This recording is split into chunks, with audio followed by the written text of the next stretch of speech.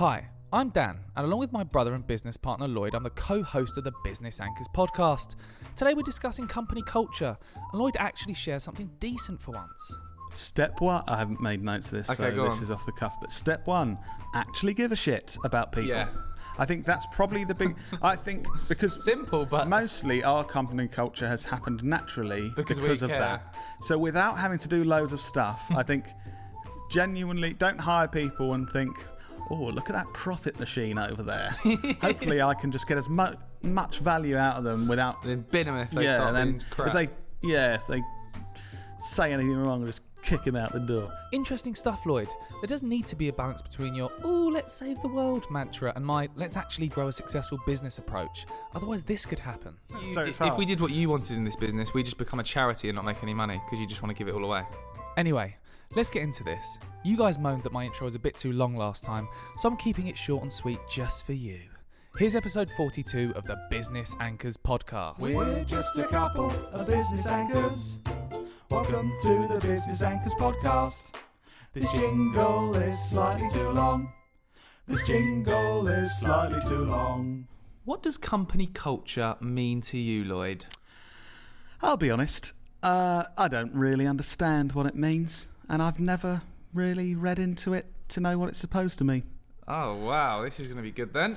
Thanks for listening to this episode of... Hey. I just want to be transparent. I've never... I like reading about things and looking into things. I've always just kind of heard of company culture and thought, I think I kind of get that. But my thought is just... Well, certainly for this business, it's just like, oh, we try and make it so we all like working here and enjoy it and feel like we want to be part of it. I feel like I've got a good way of explaining what it is. Oh, have you? Because that's what I think, if you know what I mean. I kind of thought about this before this episode. Oh, you're implying I didn't. I did think about it. Yeah. Anyway, so I think company culture is what your employees say about your business when you're not there. Mm-hmm. Like, because when people within a company feel comfortable, they'll say exactly what they think. So, and if you're not there, there's no reason to kind of sugarcoat anything. So I feel like when we're not there, if people are saying nice things, I feel like that's a positive direction. And we've obviously got a huge way to go to build the kind of company culture that we're aiming for. But I think do you disagree? You're not really nodding along there. I do agree with you. Because I think that makes sense. It's what people say when we're not around. Because like I'm saying, I think it's the things we do for ourselves and our team to make sure that they come in and leave and say to their partners, yeah, it was a good day, or oh, it was a hard day, but I like my job. And I think, to be clear, like we always try to be and be honest, again, I think we've got a huge way to go and we need to be constantly improving. But I also think we're in a good place compared to most businesses. Yeah. Because I'd like to think, obviously you can never be in anyone's head, but I don't think any of us have got that, that, I don't know if you've had it before with a job, Dan, they're like the Sunday evening dread, or your alarm goes off and you just think, I hate going to work to do this job, and I'm really not looking forward to today. Yeah. I hope no one gets that. I also think it's a difficult one because there's so many variables that impact how much you enjoy your job. And just company culture is one thing, but there's so many other things. So it's not I don't think company culture is the only and most important thing to make someone enjoy their job. I think it is. Yeah, I see what you mean. So if we had, I suppose we could have a terrible company culture here, but it could be a dream job for someone where they really enjoy the work they're doing. Or the other way around. Yeah. Okay. Yeah, I get that. That makes sense. That makes sense. Well, I think there's a misconception with company culture. I think, when you see the classic Facebook, Google offices, they got a slide, social chain, they had a slide, and it's like beanbag slide, table tennis table, free beers in the fridge, free beers on tap, like at WeWork and stuff like that. Yeah, I think that's cool, but I don't know. Is that? I think that's when the kind of tech companies were growing to the massive sizes they are. That was when well, it's been reported that they were working people until they basically had breakdowns and stuff, and they brought this stuff in to be like, no, you can enjoy work. Look how cool it is here. Our culture's wicked. Yeah. But I think, and then that kind of trend went on of, oh yeah, you've got to have these cool things to make people like being at work. But I think you're right. I think that's like a big thing of, oh yeah, company culture. Yeah, we've got beanbags. We have, so obviously. Yeah, we actually do have beanbags. But yeah, and beer in the fridge. But I think it's a similar issue to like mental health in the workplace, where it's like put a plaster on it. Employees are crying out for. It's like kind of, oh, there's too much work for us to do. So can you employ more people? But employers are going, you can have half an hour to do yoga. Yeah. And it's like, oh, but I've still got all that work to do, and I'm gonna. I think it's those fundamental problems that aren't being solved, and people think like a gimmicky. We plant 10 trees every time you say you're happy, or like, you know. We do that as well. I know you love planting trees. We got terrible company culture. Yeah. Yeah. But there is that. And I honestly want, and I think you're definitely more. You're very much focused on this more than me, but I definitely want us to have a company culture where people do enjoy coming to work on like a basic level, and it's about us thinking what do we need to do to enable that. And I think that's why so many businesses fail at this, and why we can improve and so many businesses can improve. I think because you can't fake. I think if bosses of companies genuinely don't give a shit about their employees, that's when it's like, put a beanbag in a table tennis table, and they look at it and go, chuck a beanbag in. It's like, there you go. Oh, tick. 300 quid, and we've made 10 million in profit this month. Like, oh yeah, great.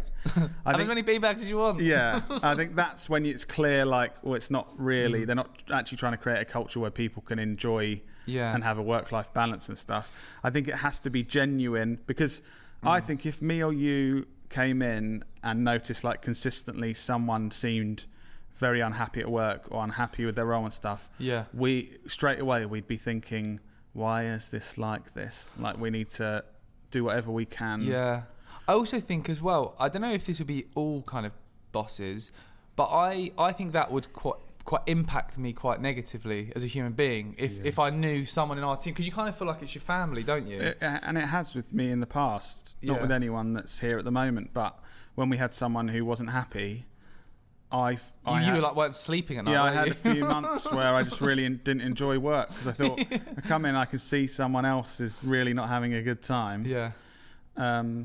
It's hard because obviously everyone people have ups and downs and stuff. So you can't, I suppose as business owners, we can't blame ourselves for anything negative. And of course, all of us are going to have bad days at some point or not be doing exactly what we want to do. And I think the other hard bit is, even if you want to be doing stuff for this great company culture, you have to balance it with having a business that actually works and survives. Yeah, because we could buy everyone 1,000 beanbags if they wanted. And because I think lose money to make everyone happier and all feeling great, like obviously you'd give everyone much more time off, you'd pay everyone much more, you'd have loads of stuff in here that's like, oh yeah, don't forget there's that free unlimited lunches, that man that just massages you while you work and he's here full time. You know, obviously all of this stuff would be great, but then our business wouldn't be profitable and we'd all lose our jobs. So I think that's the tough thing. You have to and we have to have a business. You know, I want to make sure our business becomes more and more profitable, so we can afford to do more and more stuff that allows us to create that company culture. Because there are free things you can do. Of course, there like actually just us with being leaders in the business, not being horrible to people. But I mean, that's you shouldn't need to be told to be like that, should you? Well, no. I mean, that must be a given.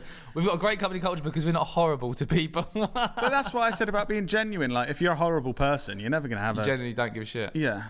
I also think that every individual person requires a different set of needs to feel like they're enjoying their job, and company culture fits into that. Like someone actually might like beanbags. I know we keep saying beanbags, so that might actually be something like, oh, if they've got beanbags and cool stuff to do. Barney's sitting on a beanbag right now. Then that's like cool. But other people, he's happy. Other people, we can leave him. He's fine. Other people would want like, extra time off. I even saw Electric House, a really cool agency in Birmingham. They're doing their at the last Wednesday of every month, like, is it like a mental health day that they have? Did you see that? Yes. Something like that. Last Wednesday of every month. I think that it's basically, they're treating it like for their business, it's an extra bank holiday every single month. Yeah. And it's for, Yeah. to do some, I think they said something like to do spend some of your family or something, friends or something. something that adds value to your, Yeah.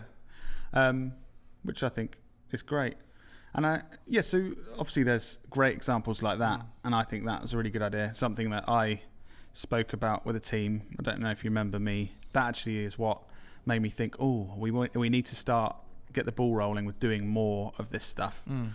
But what do you think we should be improving? How do you think we should improve our company culture over time? I think there's loads of stuff we should be doing. Slides? No. I think my logical starting point would probably, which I don't think we've done that much of, mate, you're probably going to say, yeah, I do it all the time, is ask everyone what they think would make their job, enjoy their job more, because we know that's a factor that we believe is to do with company culture.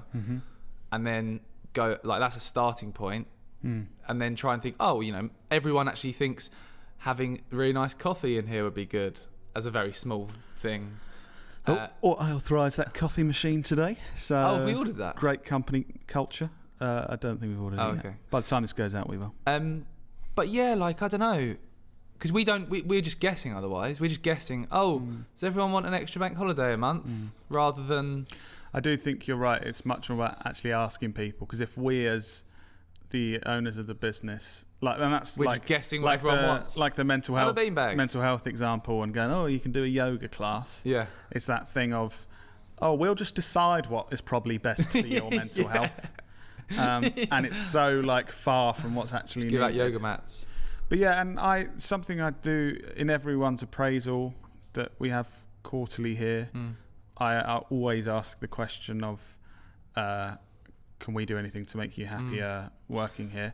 But I think the main thing we need to become a more successful business to allow us to do anything that people answer That's to the that. thing. I think, like you said, it's a balancing act.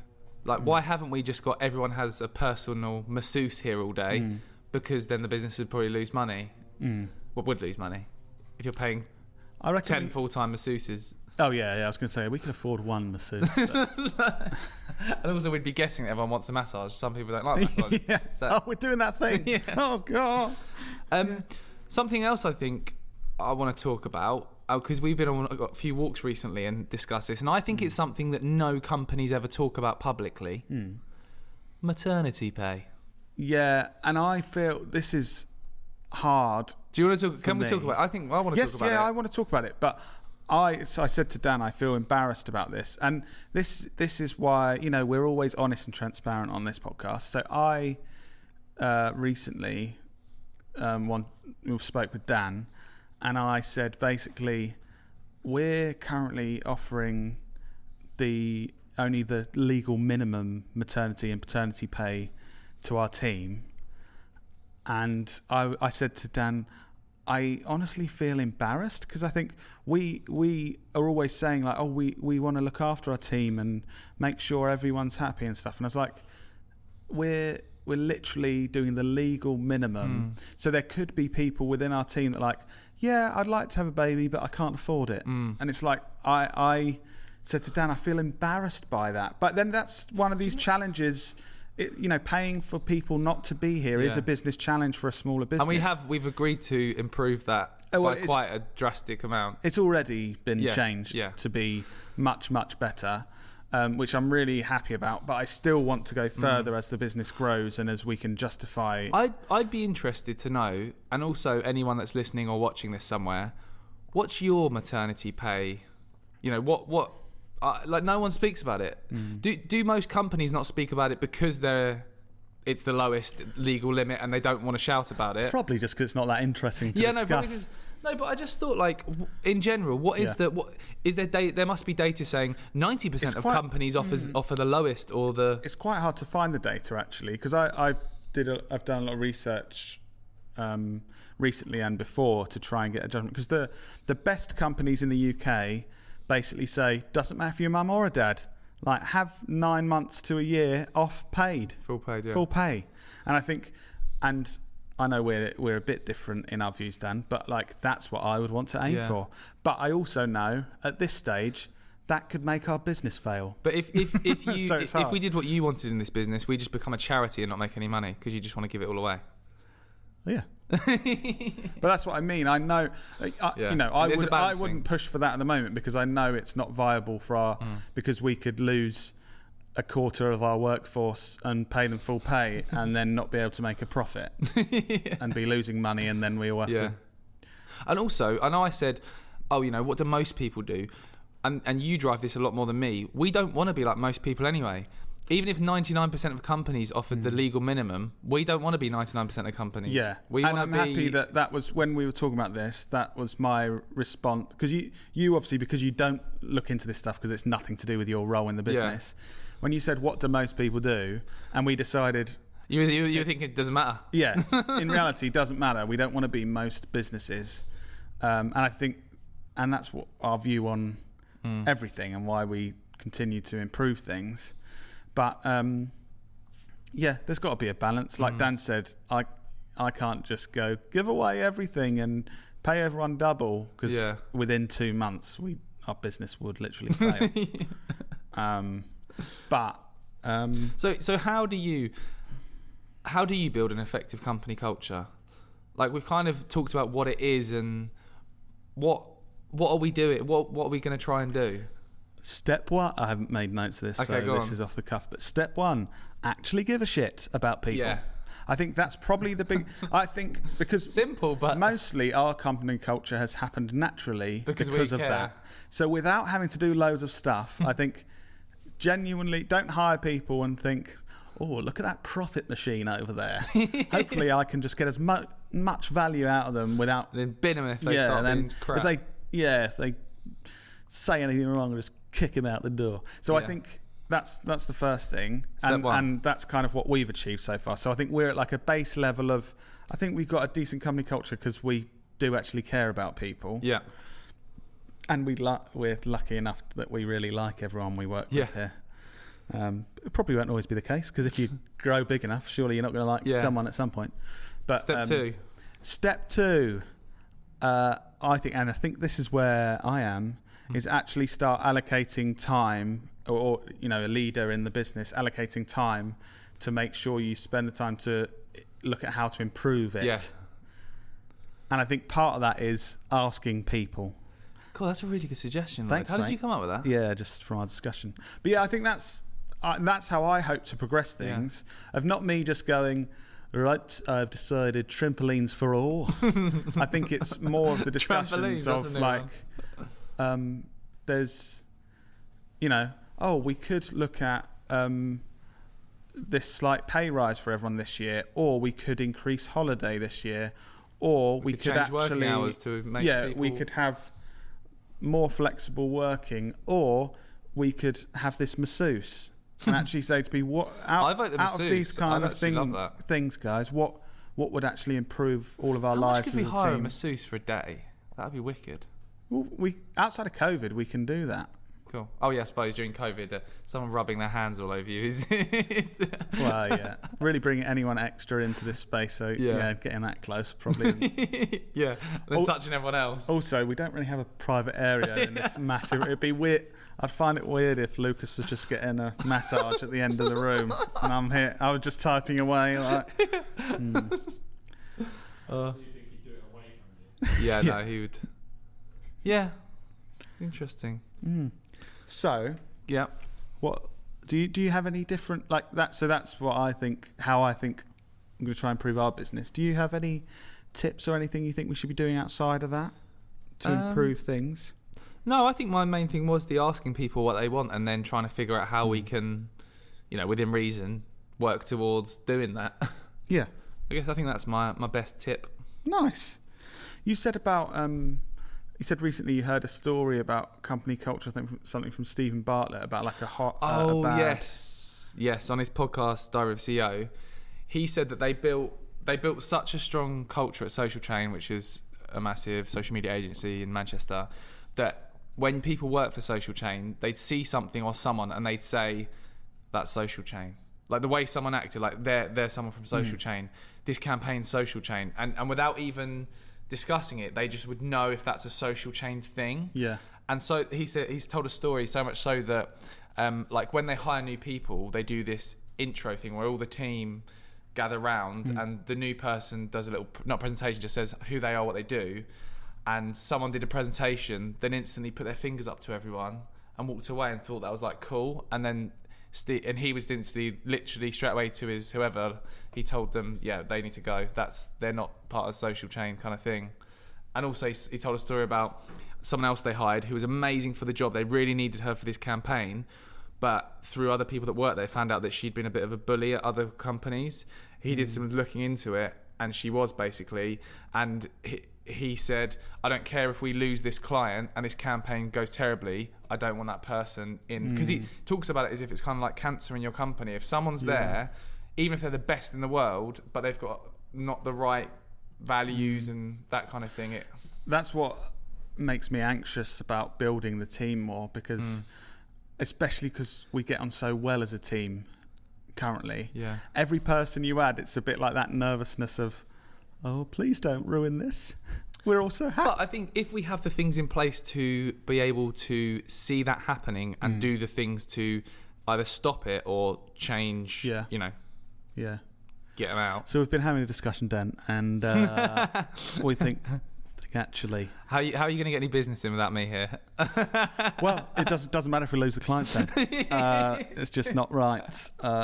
You can't be part of it. You're just not. Okay. You're not a Knowlton. I'll go set up my own thing called Dan. Cool. And then I'll get loads of business in. I might be able to Can we work with you it. as a consultant? Nice. Yeah.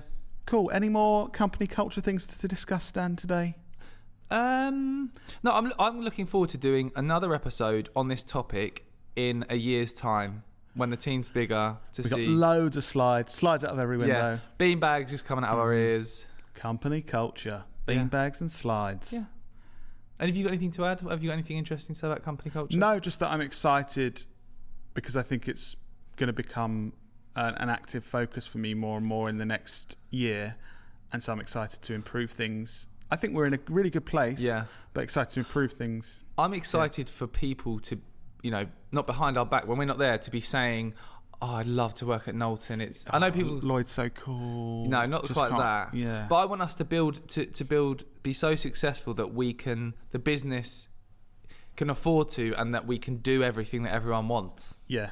Do you know what I mean? And we will get to that point. Not everything that everyone wants, because some things will be ridiculous, but The next appraisals I do with people would be like, I would like 3 camels and 5 times my salary. Thank you. No, but we're aiming towards that. So. Yeah. Cool. Camel slides and beanbags. I really want to call this episode that. Good title. And that's why this episode was called Camel Slides and Beanbags. Thanks, anchors. We all done here, Dan, today? Yeah, just do some kind of call to action, Lloyd. Okay. So, if you like what you heard about I said camels twice. What was the second one? Camel slides and beanbags. Then tell your friends to listen to this podcast again. Yeah. All right. Cool. To action. Bye. Bye.